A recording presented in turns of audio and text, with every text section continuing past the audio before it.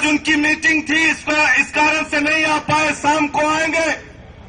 लेकिन उन्होंने संदेशा भेजा है कि जाके बहन निर्प्रीत से कह देना कि अभी आपके भाई इतने कमजोर नहीं पड़े, आपका स्वास्थ्य, आपका जीवन इस आंदोलन को आगे ले जाने के लिए जरूरी है, आपका स्वस्थ रहना जरूरी है।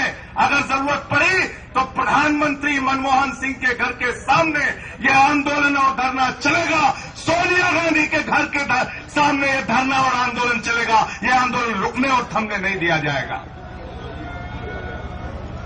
एक मुल्क के अंदर 1984 में सरेआम कत्लेआम होता है और वो कत्लेआम एक मुल्क की सरकार कराती है और सरकार किसी की मां बाप होती है जो उस राज्य में लोग रहते हैं।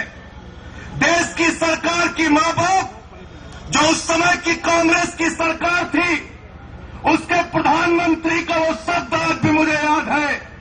जब सिखों का कत्लेआम हो रहा था तो राजीव गांधी जी ने कहा था, जब बड़ा पेड़ गिरता है तो धरती हिलती है। कांग्रेस के लोगों हम आपसे कहना चाहते हैं कि जब इस देश की जनता जागती है तो आपकी सरकार को उखाड़ के फेंक देती है। ये ताकत इस मुल्क की जनता के हाथ में है, इसलिए इसको कमजोर मत समझना।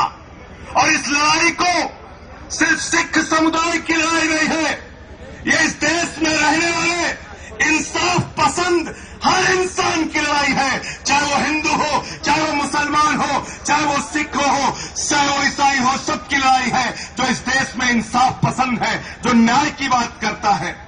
और सिख कौम, आजादी के आंदोलन को याद कर लीजिए। शहीद आजम भगत सिंह, सुखदेव, राजगुरु ने अपने प्राणों की आहुति दी इस मुल्क की आजादी के लिए। शहीद उधम सिंह ने अपने प्राणों की आहुति दी। जलियांवाला बाग कांड को याद कर लीजिए।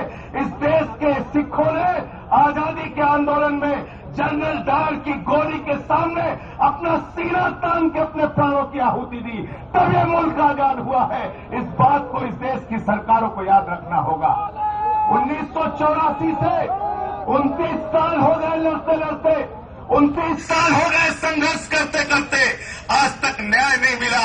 कहती है न्यायालय कि सज्जन कुमार निर्दोष है, उनके साथ के 5 लोग दोषी हैं, लेकिन सज्जन कुमार निर्दोष है। अरे वो सज्जन कुमार नहीं है, वो दुर्जन कुमार है जिसने कत्लेआम कराया था 1984 में, और उसको सजा मिलनी चाहिए। ऐसे लोगों को जो सरकार के साथ मिलकर कत्लेआम कराते हैं, उनको फांसी की सजा होनी चाहिए इस देश के अंदर, उससे कम कोई सजा नहीं होनी चाहिए।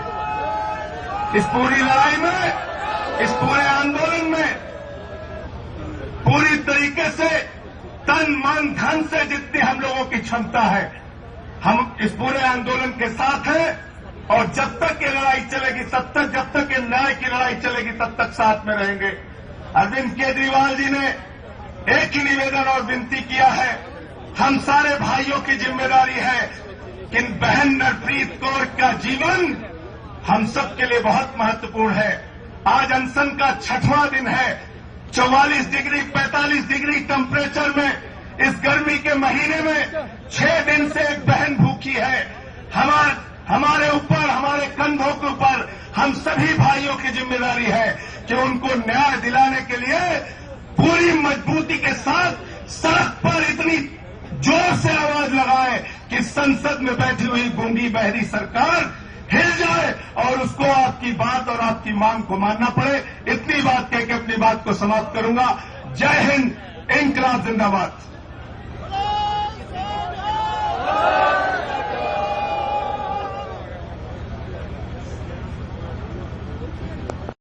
मिलता है, थोड़े बहुत लोग हैं जो जिंदा हैं, मैं उनमें से एक हूँ। आप ही की श्रेणी का हूँ। फौज में कहा जाता है कि अगर कोई आदमी ये कहता है कि मैं मरने से नहीं डरता, तो या तो वो झूठ बोल रहा है या वो सरदार है।